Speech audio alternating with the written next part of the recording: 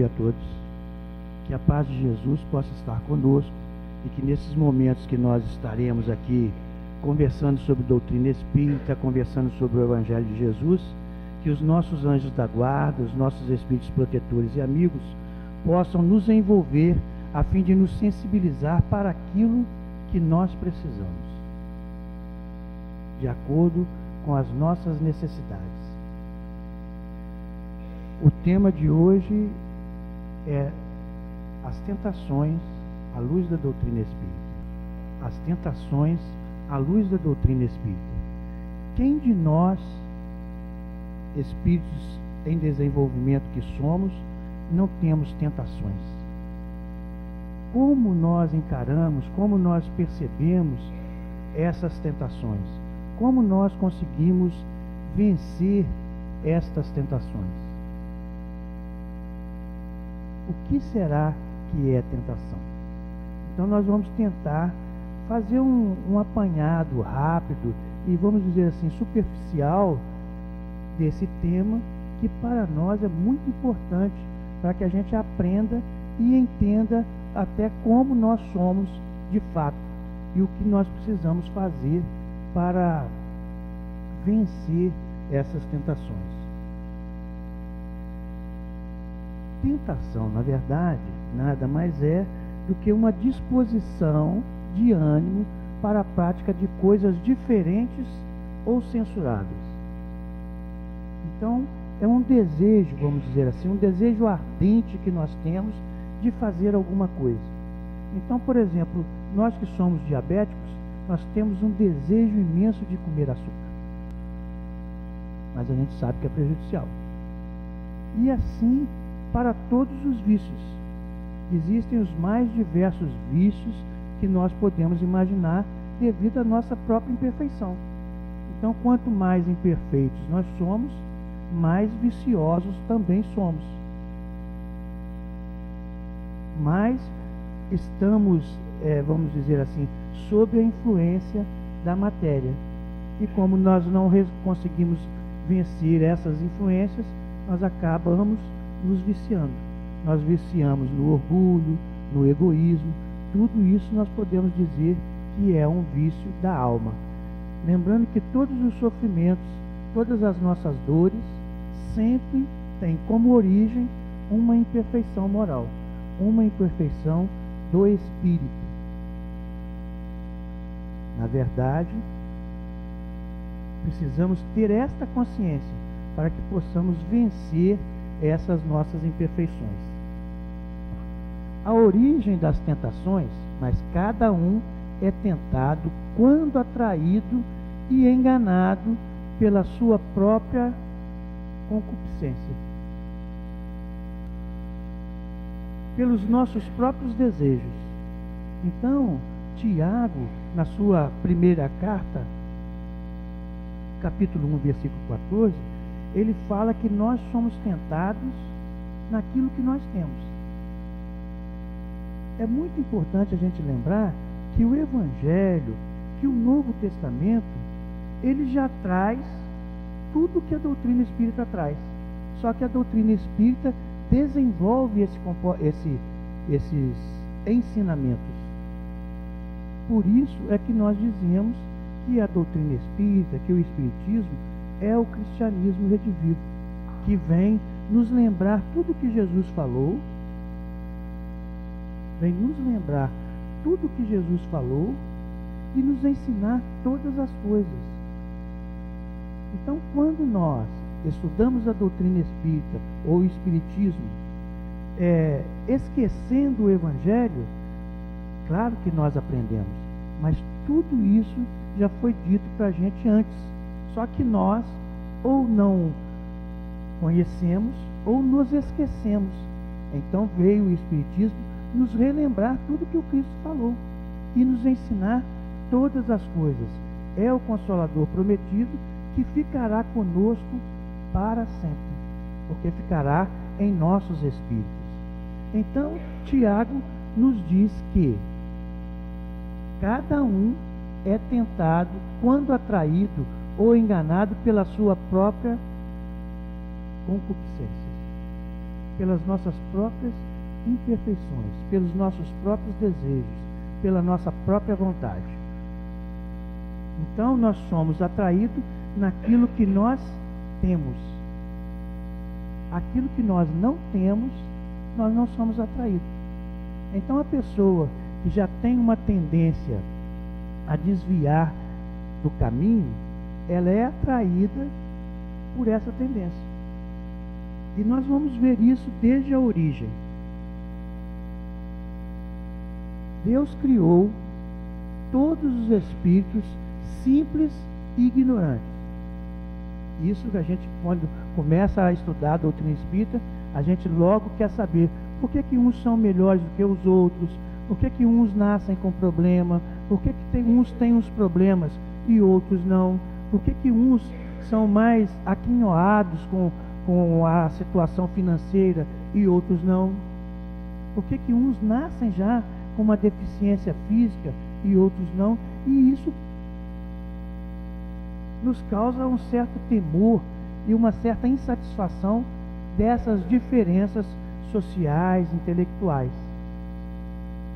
E a doutrina espírita nos ensina que, na verdade, todos fomos criados iguais, simples e ignorantes, ou seja, sem saber, sem conhecimento nenhum, sem nenhum desenvolvimento, e cabendo ao espírito desenvolver-se moral, quer dizer, conduta, e a sua inteligência.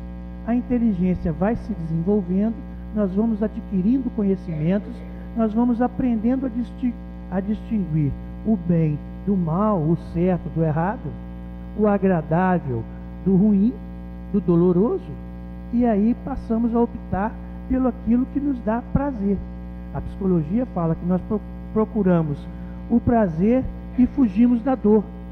Só que a doutrina espírita explica que todos nós, desde o início, passaremos por dores, e essas dores são iguais para todos.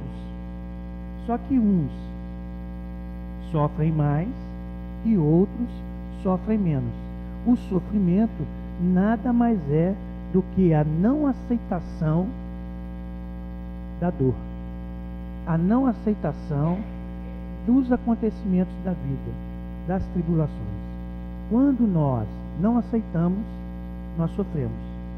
Então, por exemplo, nós sabemos, com a doutrina espírita, que todos nós, um dia, retornaremos à pátria espiritual. Todos nós, um dia, deixaremos o corpo físico e retornaremos à pátria espiritual. Não é verdade?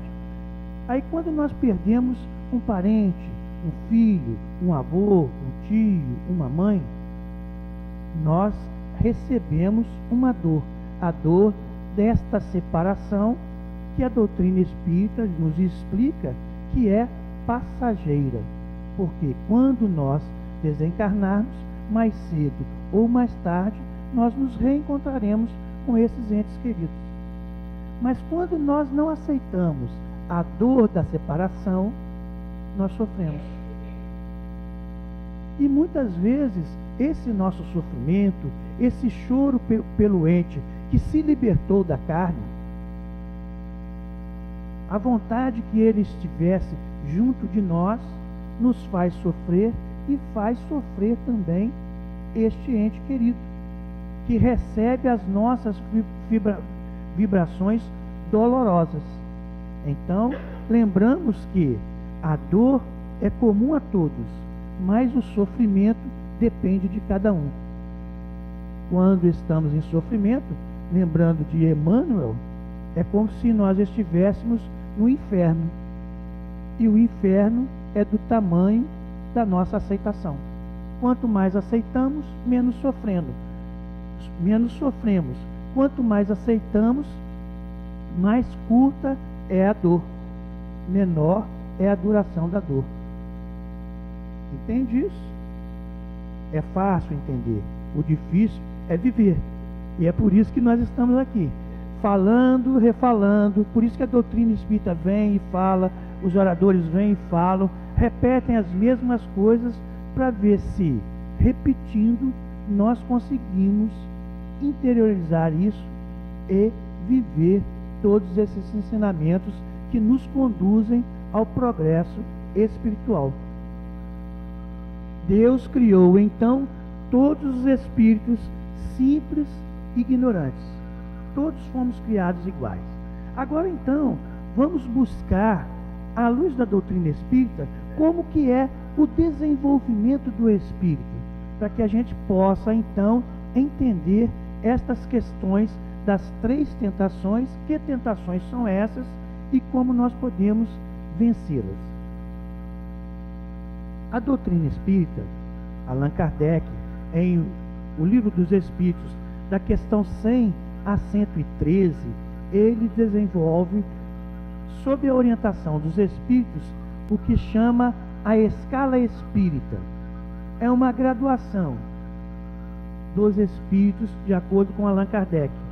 E no Livro dos Médiuns, ele também desenvolve o quadro sinótico dos médiuns. E diz Erasto que os quadros sinóticos dos médiuns, associado à escala espírita, contém todos os princípios da doutrina espírita.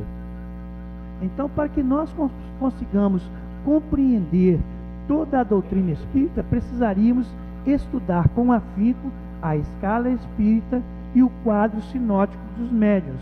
Por quê? Quando estudamos os espíritos e as faculdades que eles têm, nós entendemos uns aos outros, porque uns são diferentes e outros não. Então, Allan Kardec, em O Livro dos Espíritos, na questão 100 a 113, ele trata da escala espírita. E ele divide os espíritos, como vocês estão vendo ali, em 3 ordens. A ordem mais baixa, a ordem inferior, é a ordem dos espíritos imperfeitos. Qual é a característica dos espíritos imperfeitos? A característica dos espíritos imperfeitos é não ter controle sobre a matéria. A característica dos espíritos imperfeitos é uma característica comum, é ser dominado pela matéria. É não conseguir vencer a influência da matéria. Então, vamos voltar para nós, os diabéticos. Nós temos dificuldade de vencer a tentação do açúcar. E a gente sabe que quase todos os alimentos contêm açúcar. O pão contém açúcar, quase tudo tem açúcar. Até vegetais têm açúcar. Cana, né? Tem a cana, tem a beterraba, né? Tem açúcar. Então nós temos dificuldade de vencer essa tentação. E nós gostamos justamente daquilo que tem açúcar. O que é isso? É a influência da matéria sobre nós. O açúcar para nós traz prazer. E nós buscamos o prazer. Como o chocolate. Então vai no chocolate, mesmo sendo o chocolate sem açúcar, causa prazer. Então a gente acaba cedendo ou até nos viciando naquilo. Nós nos viciamos justamente pelas sensações que o espírito, que o perispírito passa para o espírito. O corpo físico sofre as impressões. Essas impressões passam para o perispírito como sensações. E o espírito sente. Então, na verdade, o espírito é viciado nas sensações. Quer que eu repita? Então vamos lá. Então, na verdade, o corpo físico sofre as impressões. O perispírito sofre as sensações e o espírito sente. Então, sendo assim, o espírito, na verdade, é viciado nas sensações que o perispírito passa para ele. Então, qualquer vício é o vício da sensação, é o vício do prazer. Então, nós somos viciados na sensação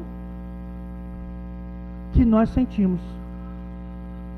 Nós somos o espírito sente, mas o perispírito passa para o espírito e o espírito sente. Então nós somos viciados. Então nós fugimos da dor e buscamos as sensações que nos dão prazer. E tem vícios que nós nem, por exemplo, falar da vida alheia. Não estou falando falar mal. Falar da vida alheia. Falar da vida alheia pode se tornar um vício, porque nós sentimos prazer quando nós damos uma notícia para o outro que o outro não sabia. Então tem pessoas, até inclusive Leon Denis, nos alerta para isso. Para nós, ele fala com relação aos jornais, para nós não nos preocuparmos ou não nos deixarmos envolver pelas manchetes. Então tem gente que conhece as notícias, mas somente as manchetes. Conhece somente as manchetes. Se você faz uma pergunta sobre aquela notícia, ele não sabe, ele só leu a manchete. E Leon Denis, então, nos adverte para que a gente tome cuidado com isso. Porque a gente se vicia apenas na notícia, mas a gente nem sabe o que é aquilo, o porquê daquilo, como aquilo aconteceu, onde aquilo aconteceu. Nós não analisamos à luz da doutrina espírita. Então a gente se vicia só naquilo. A gente tem prazer de conhecer todas as notícias, mas não conhece nada em profundidade daquela notícia. Nós estamos nos aproximando das épocas das eleições. Então nós nos viciamos com aquilo que nós ouvimos na mídia, mas nós não conhecemos de fato nenhum candidato em profundidade. E nós precisamos aprender a votar conscientemente, lembrando que o povo tem o dirigente que merece. A Casa Espírita tem o dirigente que merece. Quando nós falamos mal dos dirigentes, é porque nós escolhemos mal os dirigentes. Então, quando nós falamos mal dos dirigentes, nós estamos falando mal de nós. E nós não precisamos estar nos cargos de direção para podermos trabalhar. E se nós discordamos com as direções, nós devemos procurar nos esforçar para colaborar ao máximo possível, no limite das nossas forças, para que aquela administração seja a melhor possível. Porque se por acaso nós estivermos no lugar dos dirigentes, nós entenderemos que eles passam dificuldades que nós, antes de assumir esses cargos, desconhecíamos. Como exemplo, podemos lembrar de Jesus. Jesus, um Espírito perfeito, mas muitos não o compreenderam. E aqueles que o compreenderam, alguns resolveram crucificá-lo, por não aceitar as verdades que ele trazia. Porque as verdades que ele trazia não iam ao encontro dos ritos, dos rituais e das opiniões que eles tinham. Então, quando nós estamos, por exemplo, numa reunião mediúnica, não sei porque eu estou falando de reunião mediúnica, né? Mas nós estamos numa reunião mediúnica e o médium tem alguns trejeitos, e o dirigente da reunião mediúnica sugere a ele que procure controlar esses trejeitos, porque são desnecessários. Aí o médium fica chateado, porque o dirigente advertiu, no bom sentido, de que ele pode melhorar a prática mediúnica, a vivência mediúnica. Então o espírito não precisa bater na mesa, não precisa bater o pé, não precisa formar uma corrente dando a mão, né?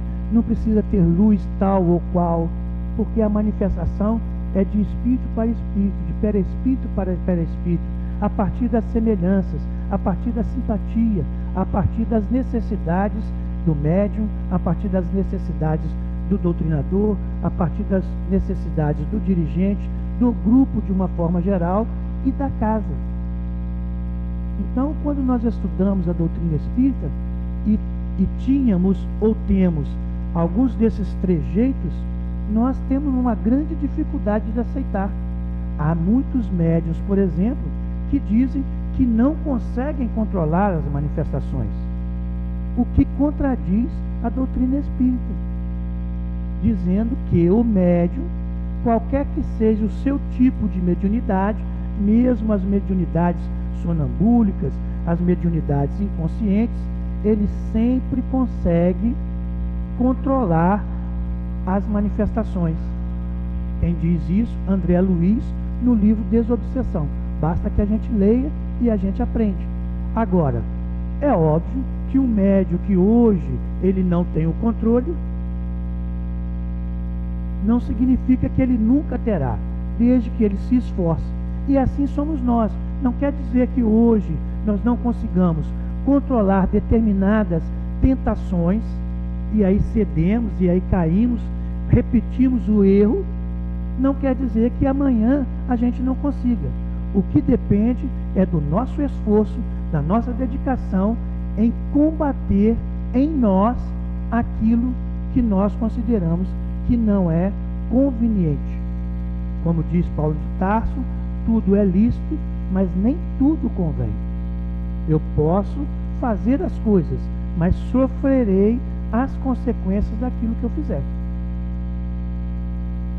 As consequências boas e as consequências menos felizes.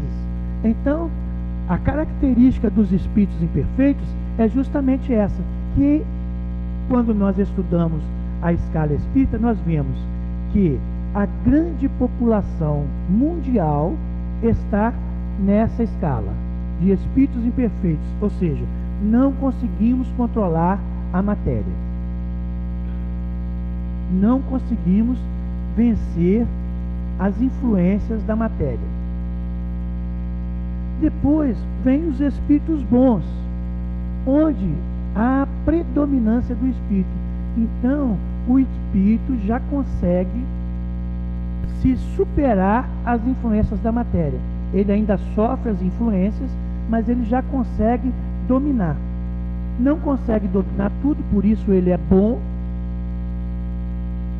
Não consegue dominar tudo, ainda tem provas, ainda tem expiações, ainda tem muito o que crescer, mas ele já consegue superar a influência da matéria, embora não totalmente. E depois, os espíritos puros. Qual é a característica dos espíritos puros? Nenhuma influência eles sofrem da matéria. Então a matéria, ele manipula a matéria, manipula os fluidos, porque a matéria, nós sabemos que é o fluido cósmico universal modificado, essa parede, esse chão, as árvores, tudo são modificação do fluido cósmico universal ou elemento material primitivo. Tudo é matéria. Só que os vegetais, eles têm alguma coisa que o mineral não tem. Como os homens ou os animais têm algumas coisas que os vegetais não têm. O homem tem o senso moral, além da inteligência. O animal só tem a inteligência, apesar de viver exclusivamente no instinto. Já os minerais não têm inteligência. E assim vamos caminhando nesse progresso, nesse desenvolvimento do ser, da criatura de Deus. Então, como espíritos puros, eles não sofrem nenhuma influência da matéria. Então Jesus, quando esteve conosco, não sofreu nenhuma influência da matéria, apesar de estar num corpo físico. Interessante, né?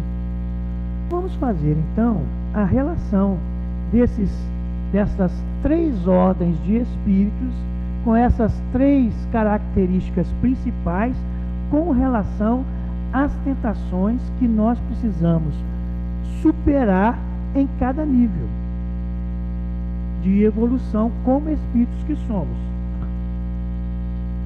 Os espíritos imperfeitos, onde há a predominância da matéria sobre o espírito. Então, diz lá, quando nós estudamos o Evangelho, fala que Jesus foi tentado pelo diabo em 3 momentos diferentes. Então, alguns dizem assim, são as 3 tentações de Jesus. Mas, quando nós estudamos à luz da doutrina espírita, nós descobrimos que Jesus é um espírito puro, que não tinha nenhuma influência da matéria. O espírito puro, ele não erra mais. Embora ele ainda tenha que progredir, ele já não erra mais. Embora ele não seja senhor absoluto de todo o conhecimento que a criatura pode ter, ele já não erra mais. Então, nós não podemos admitir que Jesus foi tentado, mas podemos ver, como tudo no Evangelho, como uma alegoria.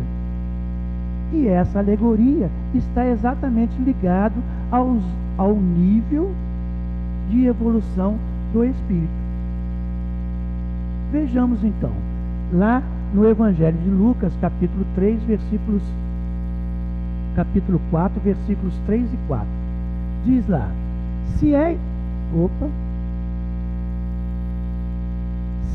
filhos de Deus, manda que estas pedras se tornem em pães, visto que tens fome. E ele responde, Jesus, não só de pão vive o homem, mas de toda palavra que sai da boca de Deus. Então nós somos resultados do verbo de Deus, da palavra de Deus. Mas essa é a tentação.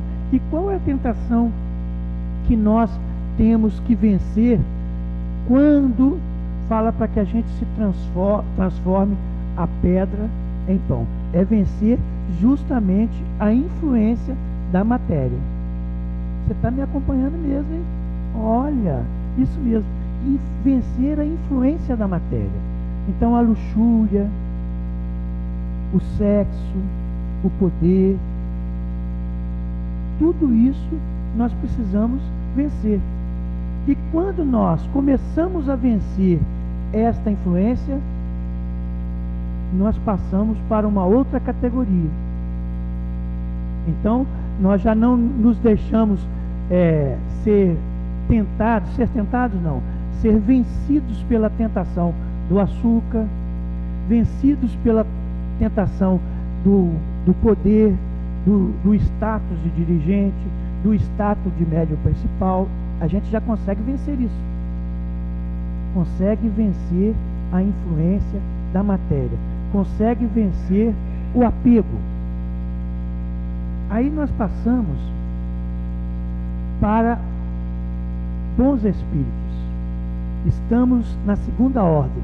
A gente lembra que Allan Kardec divide os bons espíritos em 4 categorias. A categoria dos espíritos benevolentes. A principal característica do espírito benevolente é ser bom. É ser bom. Ele já tem predominância sobre a matéria, mas mais do que sabedoria, mais do que qualquer outra coisa, ele é bondoso. Depois tem os espíritos sábios, que eles não são tão bons quanto os bons, já têm algum conhecimento, mas eles sempre optam pelo conhecimento e muitas vezes em detrimento à bondade. Isso diz lá no livro dos Espíritos, na escala espírita. E diz também dos espíritos de sabedoria. O espírito de sabedoria é aquele que junta a ciência e a bondade. Então ele passa a ser um espírito de sabedoria. E depois vem o último grau, que é o 4º, que são os espíritos superiores. Esses espíritos superiores conseguem nos entender e nos encaminhar para a vida. Então, 4 categorias de espíritos bons em níveis diferentes. Qual é a tentação? Se é filhos de Deus, lança-te daqui abaixo, porque está escrito: Aos seus anjos ordenará a teu respeito, e eles te sustentarão em suas mãos, para não tropeçares em alguma pedra. E Jesus responde: também está escrito: não tentarás o Senhor teu Deus. Então, o Espírito tendo supremacia, vamos dizer assim, sobre a matéria, conseguindo superar a influência da matéria, já conseguindo controlar a matéria, a gente é tentado justamente em quê? Em não ser egoísta. Na verdade, em não ser orgulhoso. O egoísmo gera o orgulho. O egoísmo gera o egocentrismo. O egoísmo, que tem como princípio básico um instinto de conservação, faz com que nós sejamos orgulhosos. Como eu sou o presidente, então eu posso fazer isso, aquilo, porque eu sou o presidente. Como eu sou médium, eu posso fazer isso, aquilo. A gente está falando isso para a casa espírita, mas isso serve para todos os lugares. Então nós nos consideramos melhores do que os outros. Então nós precisamos vencer o desapego, vencer o orgulho. Então a grande tentação, quando nós deixamos de ser espíritos imperfeitos e passamos a ser espíritos bons, a grande tentação é não ser orgulhoso. Não considerar, porque nós somos tal ou qual, não considerar por ocuparmos tal ou qual posição, temos direitos diferentes dos outros. É um grande desafio. Mas a verdade é que nós conseguiremos. Seja hoje, seja amanhã, a gente vai conseguir vencer o orgulho. O orgulho fala que nós somos mais do que os outros. Então nós temos que ter mais. Nós temos que ter mais porque nós somos mais. Mas aí nós vencemos também o orgulho. Vencemos o orgulho e vamos para espíritos puros. Então não há nenhuma predominância da matéria. Ou melhor, o espírito suplanta a matéria e não tem nenhuma influência da matéria. Aí nós temos que vencer o apego, a cobiça.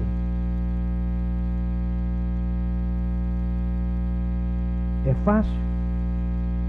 Então, quando nós estudamos o orgulho e o egoísmo em obras póstumas, no Evangelho segundo o Espiritismo, nós vemos que as duas grandes chagas da humanidade é o orgulho e o egoísmo. Quando formos espíritos puros, qual a tentação? De novo, o diabo o levou a um monte muito alto e mostrou-lhe todos os reinos do mundo e a glória deles, e disse-lhe: tudo isso te darei se prostrado me adorares. Responde Jesus: vai-te, Satã, pois está escrito: ao Senhor teu Deus adorarás, e só a Ele darás culto. Então, vejam aqui o egoísmo. Porque o espírito puro, ele vai ver que ele controla toda a matéria. Ele pode fazer tudo. Só que tudo aquilo não é dele, pertence a Deus, embora ele tenha condições de controlar. Então, se ele começar a se considerar Deus, se ele ficar apegado a isso, ele não galga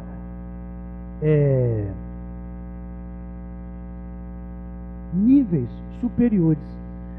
Nós, quando estudamos no Livro dos Espíritos, a escala espírita, a gente tem, a princípio, a sensação, a impressão de quando nós chegarmos a espíritos puros, nós paramos de evoluir.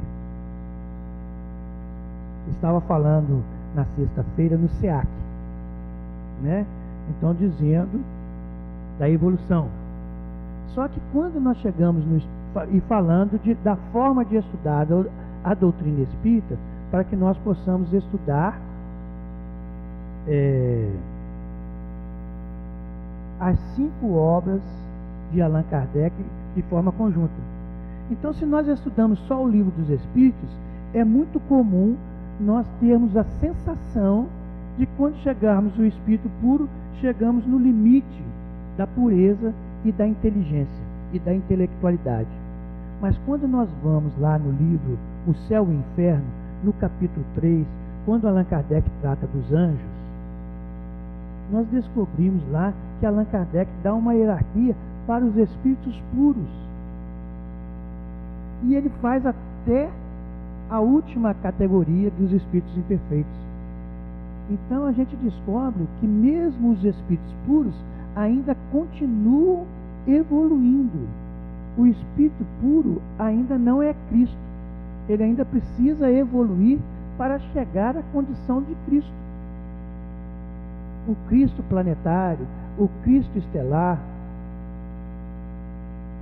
Então, a gente percebe que esta evolução do espírito, segundo o próprio Livro dos Espíritos, esta evolução é quase infinita.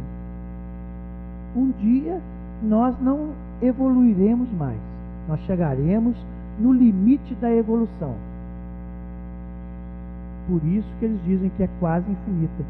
E por que é quase infinita? Por que tem um fim a evolução intelectual? Porque se ela não tivesse fim, nós igualaríamos a Deus. Ah, mas Deus evolui. Bem, se Deus evolui, ele não é Deus. Porque Deus é único. Deus é justo, é soberano, é puro, é perfeito. Um perfeito com P maiúsculo. Nós seremos perfeitos com P minúsculo, que é a perfeição da criatura. Está dando para entender? No último momento, nós temos que superar, devido ao egoísmo, a cobiça, a ambição desmedida. Então nós podemos cobiçar ou ter ambição de sermos melhores, mas isso não pode ser desmedido, tem que ser comedido. Nós precisamos vencer a nós mesmos. Esta é uma grande característica dos espíritos bons e dos espíritos puros. Eles não querem vencer e nem ser melhor do que o outro, mas ele quer vencer a si mesmo e ser melhor do que ele mesmo. E continuamos então. Mas cada um é tentado quando atraído e enganado pela sua própria imperfeição, pelos seus próprios desejos, pelas suas próprias vontades de fazer alguma coisa. Se é assim, a tentação exterioriza a imperfeição, o desejo que constitui o fundo viciado e perverso da natureza humana e primitivista. Então a tentação só nos tenta naquilo que nós temos. Aquilo que nós não temos, nós não somos testados.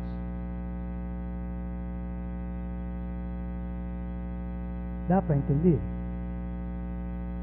E esta é uma grande vantagem, porque se eu só sou tentado naquilo que eu tenho, e o que eu tenho é o que está em mim, vamos dizer assim, eu não posso responsabilizar a ninguém por aquilo que eu tenho.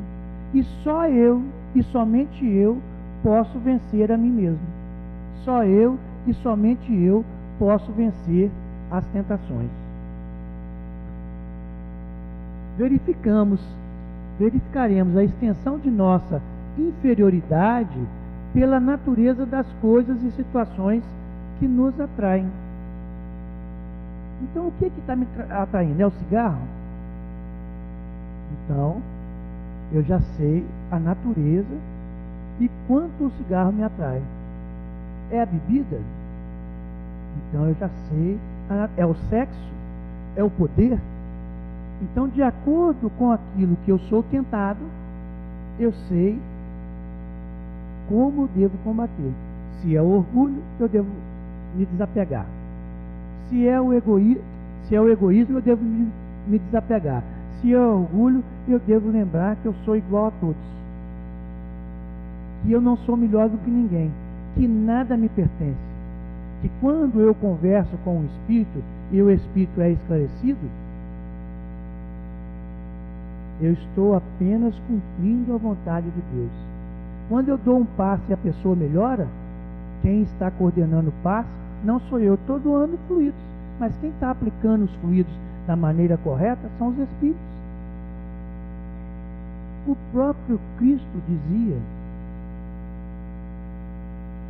eu não te curei, tua fé te salvou, tua fé te curou, vai e não peques mais. Eu não faço nada por mim, eu só faço o que o Pai me ensinou. Eu só cumpro a vontade do Pai. Então, nós só cumprimos a vontade dos Espíritos que nos ajudam, ou daqueles que nos tentam, e que nos tentam naquilo que nós somos, ou no orgulho, ou na vaidade. Então, o objetivo é nós queremos fazer o bem pelo bem. O prazer de fazer o bem sem olhar a quem. O prazer de fazer o bem sem esperar restituição alguma, nem um muito obrigado.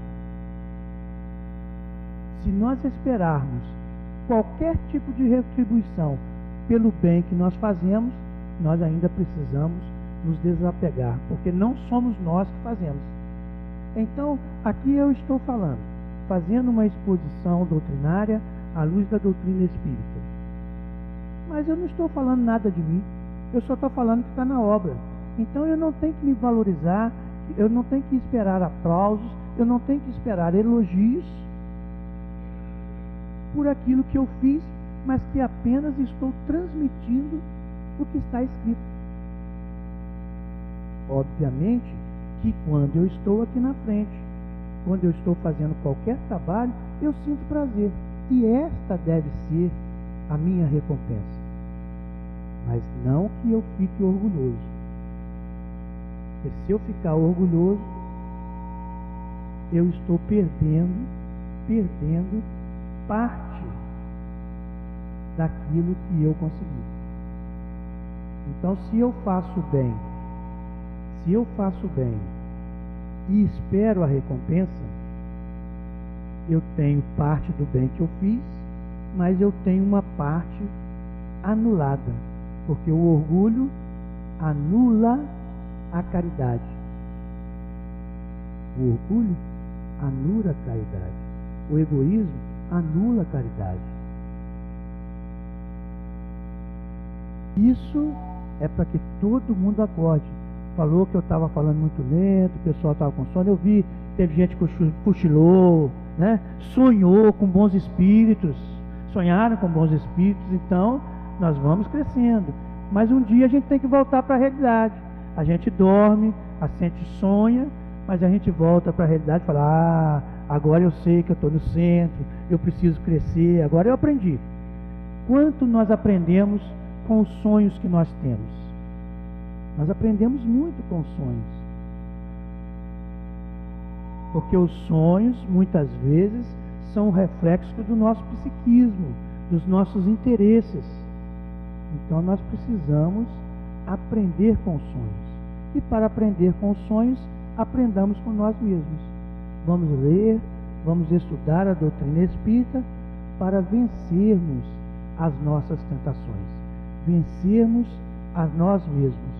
Então peçamos agora a Jesus, aos bons espíritos, que nos amparem, que nos ajudem, que nos fortaleçam e que com a prece de encerramento os nossos anjos da guarda possam nos sensibilizar para aquilo que nós precisamos. Eles possam nos sensibilizar para aquilo que nós precisamos, a fim de nós vencermos a nós mesmos, vencermos a preguiça, o desânimo, a tristeza, a dor. Lembrar que tudo isso é passageiro. vencermos os nossos desinteresses, e nós vamos fazendo devagar. Ah, mas eu leio, mas eu não consigo. Ok, você lê e não consegue hoje. Você lê e não consegue agora. Mas se você perseverar até o fim, como diz Paulo de Tarso, se você perseverar até o fim, ou seja, até o seu objetivo, você vencerá. Nós vimos a escala espírita, vimos as 3 ordens de espíritos. Nós estamos na ordem mais baixa. Claro que pode ser que aqui tenha 50 ou 60 espíritos bons e 30 ou 40 espíritos puros, mas nós não estamos vendo. Mas eles estão aqui. Não é verdade? Nós estamos na escala de espíritos imperfeitos. Então nós podemos vencer com perseverança. Não é da noite para o dia. Tudo é como no colégio. Nós começamos lá no maternal, não é isso? Aí depois vamos para o ensino fundamental, depois vamos para uma faculdade. É de uma hora para outra? Não é. Estudar o Espiritismo também não é de uma hora para outra, mas nós vamos vencendo a nós mesmos dia a dia, minuto a minuto. Vamos adquirindo conhecimento espírita, página a página, letra a letra, palavra a palavra. E quando chega um dia que estivermos com boa vontade, com determinação, nós descobrimos que nós sabemos. Descobrimos que aquele conhecimento já está fixado em nós. Agora é só viver. Então que Jesus nos ampare, nos abençoe hoje e sempre.